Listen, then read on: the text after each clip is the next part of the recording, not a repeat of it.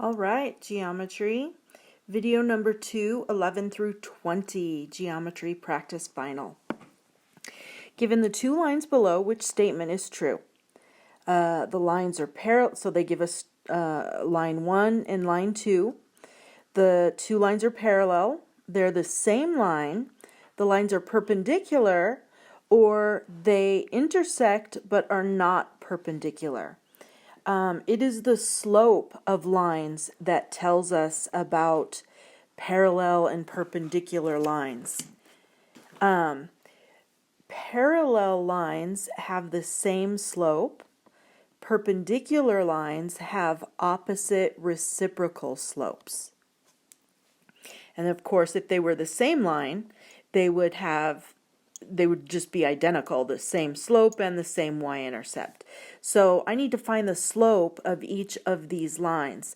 The second line is in point slope form, so we know the slope right now. The slope is 3. So it's this first one I'm going to have to find the slope for. X minus 3y equals negative 15. I am going to subtract x both sides. That would leave us at negative 3y equals negative x minus 15. And then I'm going to divide the coefficient negative 3 all the way through. And so y is equal to negative over negative is a positive. So that's a positive 1/3 x plus 5. And so the slope of this line is 1/3. Okay, so right off the bat, they're not parallel because they would be the same number, 1/3 and 1/3, or 3 and 3. They're not the same line. If I'm just gonna go ahead and put this into y equals mx plus b since this one is. This is in point slope right now. Y equals 3x plus 6 minus 1, which is y equals 3x plus 5.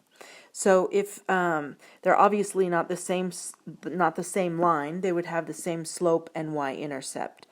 So I kind of don't know why I did that, because they have different slopes anyway, so I knew they weren't the same line. Are they perpendicular? They are. The slopes are reciprocals of each other. 3 over 1 is the reciprocal of 1 over 3, but perpendicular has to be opposite signs and reciprocals. So if one of these had been negative, then they would be perpendicular. They are indeed not perpendicular. So these two lines are going to intersect, but they're not perpendicular. So they're just two lines that are going to cross at a point. 11 is D. And number 12, we've got another proof. Given P is parallel to Q, prove that the measure of angle 3 plus the measure of angle 6 equals 180 degrees. All right, our blank spots, there and there. So let's read through the whole thing and see if we can make sense of it. P is parallel to Q given. And then we're supposed to make a statement where the reason is if two paralines are cut by a transversal, then each pair of alternate interior angles is congruent. And I'm also noticing the next statement says the measure of angle 3 equals the measure of angle 5. So before we could say their measures are equal, we would have to establish their congruency. And indeed, 3 and 5 are alternate interiors. So that leads me to think that this one should be angle 3 is congruent to angle 5. Then we say their measures are equal by the definition of congruence. Next up, they say 5 and 6 are supplementary because if two angles form a linear pair, they're supplementary. Where's 5 and 6? 5 and 6 right here next to each other, linear pair. So they're supplementary because they're a linear pair. And next they say 5 and 6 adds to 180. So that would be, kitty cat, stop it. My cat's deciding to bother me right now. Number 13. If we establish two angles or supplements, then we can say that their measures add to 180. And that is because of the, what number am I on? 13. The definition of what supplementary angles is. And you can even read it here to help you figure out which of these it is. If two angles are supplementary, then their measures add to 180. And that's exactly what's going on here. We say they're supplementary. Next statement, they add to 180. So 13 is definition of supplementary angles.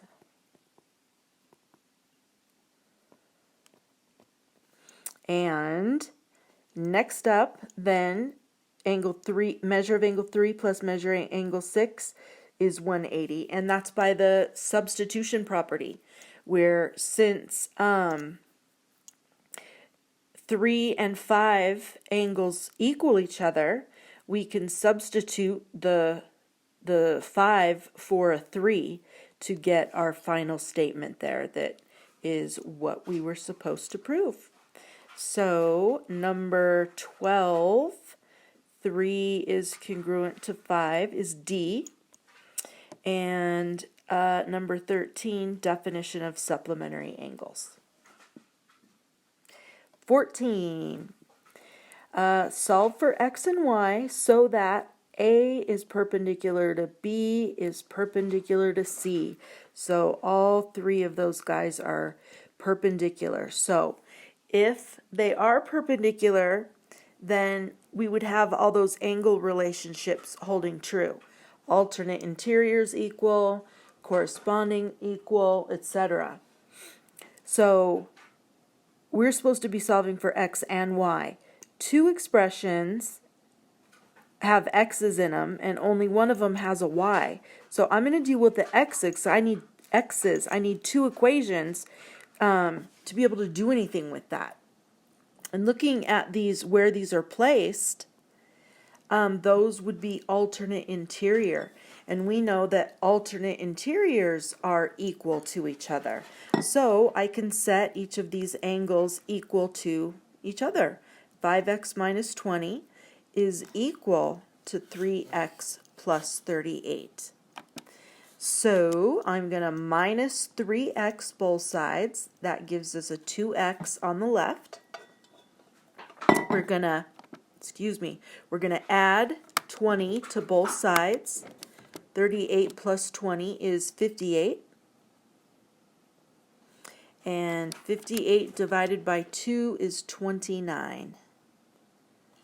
So x is 29.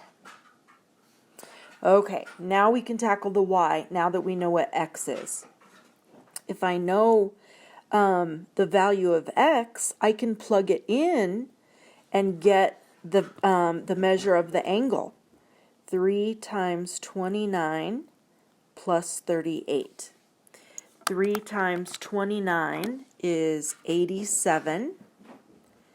And 87 plus 38 is 125. So we've got this angle is 125. Now I'm gonna inch my way over to and relate it to this guy. So this angle is 125. That would be corresponding to this angle. So it would be 125.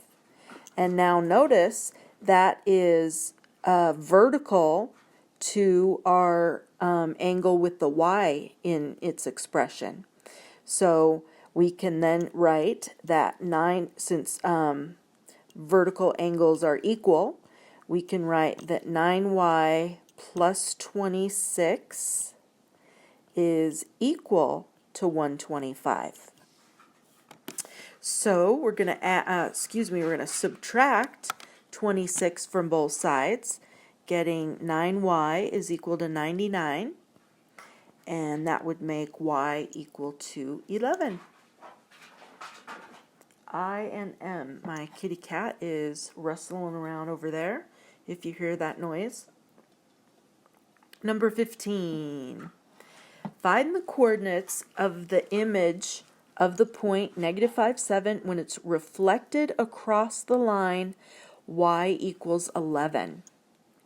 Okay, this is purely, we have to sketch it out and visually look at the situation and see what's going on in order to figure this one out. Now I could go to graph paper, and there's graph paper going to be included in your final, and you can use that. But I don't think it's quite necessary to actually graph it super accurately. I can just do a little sketch here, you'll see. We've got the point -5, 7, so to the left 5 and up 7 is about right there. -5, 7. We want to reflect that across the line y equals 11. Y equals 11 is a horizontal line through 11. Y equals 11. So up here at 11. So if we're reflecting across that line, we're going to be boop right up there. So now let's figure out how do we get the ordered pair of that point. -5, 7, -5 and up 7. To get to the line is up at 11. This isn't drawn to scale, as you can tell. So to go from 7 up to 11, that's adding 4.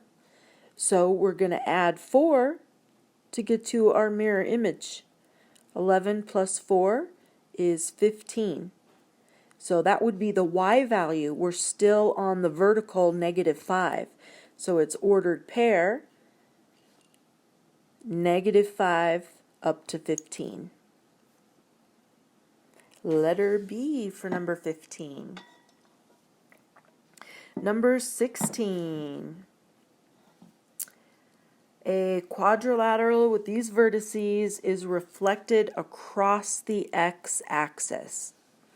Now they give us all these ordered pairs for this quadrilateral. I'm going to show you with just one of the points we can get the pattern of what's happening. Now we're reflecting across the x-axis. So let's plot point A. To the left 4 and up 2. -4, 2. If I reflect that across the x-axis, that distance there, it's 2 units. We're going to go down 2 units. So A prime then would be left 4 and down 2, -4 to -2. So when we're crossing that x-axis, it's our y value. Notice our -4, our x value stayed the same, and 2 went to -2. So I'm looking for the choice here that shows -4, -2 for A. And it just happens there's only that one choice, but let's double check all of the other points. -5, 7, -5, -7. Check. -2, 6, -2, -7. Check. -1, 3, -1, -3. Check. All right. Number 17. Which translation vector will translate the coordinate point -4, 2 down and to the right? Okay. Vectors are written like that with a little, I don't even know what you call those. And they describe up, down, left, and right. But they do it in such a way that your left-right number is the first number, and then your up-down number is the second position number. It's just like ordered pairs. Ordered pairs go X, Y. When you plot a point, you do, the first number tells you to go left or right, -4, left 4, +2 tells you to go up. So that's how the translation vector works. Our left, right number first, then up and down. So if we're going to the right first, that means the first position number is going to be positive for right, and then down would be a negative number for the second position. So I'm just looking for the one that says positive and then a negative, and that would be letter A. 17, letter A. 18. Which of the following shows rectangle JKLM rotated 90 degrees? All right, so these don't have any ordered pairs, so we're just going off of visually. So I'm just going to start with A and see if this makes sense. So we're taking JKLM and rotating it 90 degrees clockwise.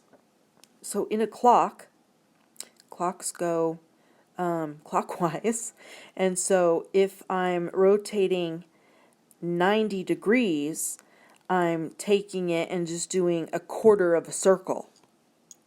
So if we take, say I'm going to pick one of the points, and I go 90 degrees clockwise, this point would line up with that one. This one says M, that new one says J, so M should line up to M prime, and it doesn't, so this one isn't making sense. Next one, or C is next, I guess. M, 90 degrees, aha, look at that. L to L, K to K, J to J. It looks like this one is making sense to me. Let's check our other ones. M, 90 degrees would be up here, not way over here. So we'd have to go in a counterclockwise to get on that one.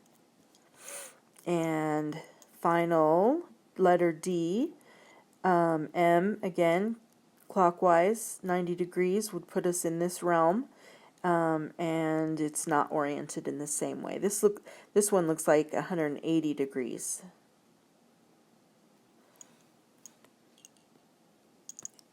'18 is letter C. All right, number 19. Now, number 19 is dealing with rotation again, but this time a 90 counterclockwise. Which of the following is the graph of ABC after 90 degree counterclockwise about the origin? So when you rotate 90 degrees counterclockwise, your ordered pair XY, what happens is it becomes negative YX. You could also use visualization on this one as well. If we're going 90 degrees counterclockwise, we're taking a point and rotating it 90 degrees to the left. So maybe I don't have to work with the actual ordered pairs. Let's look at our pictures and see if we can figure this out.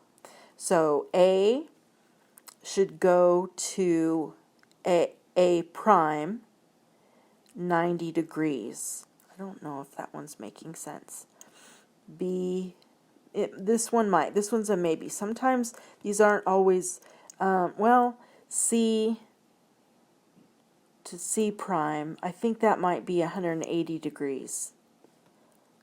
Let's put a maybe on that one and check our others.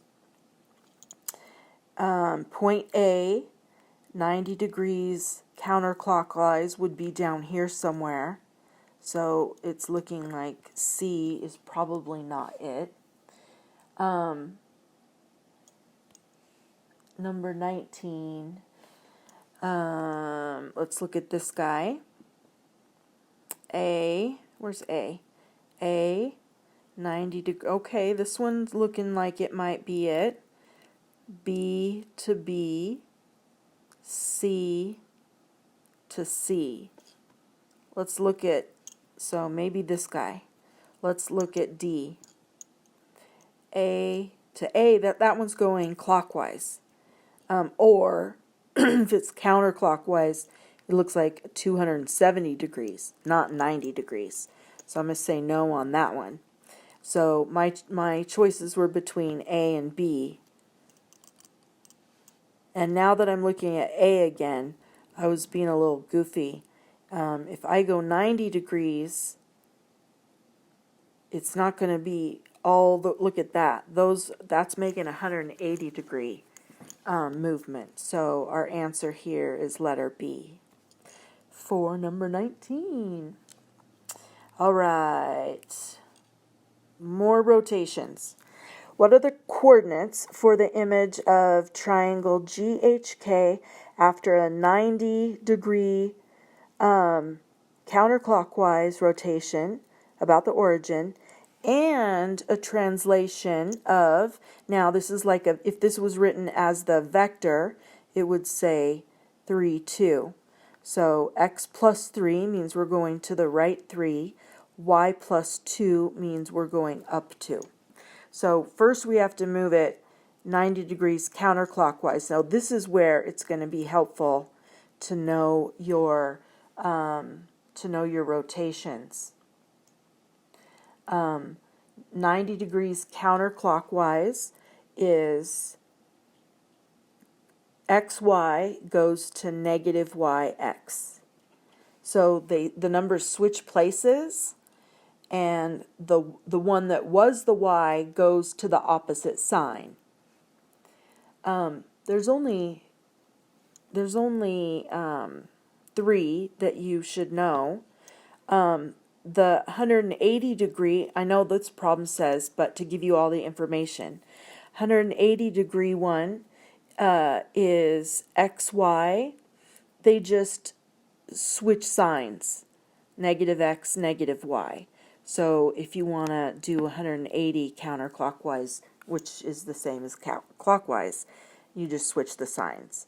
And then we have the 270, xy goes to y negative x. So they're similar, the 90 and the 270 are similar. It's just which one goes negative. So we're trying to do this.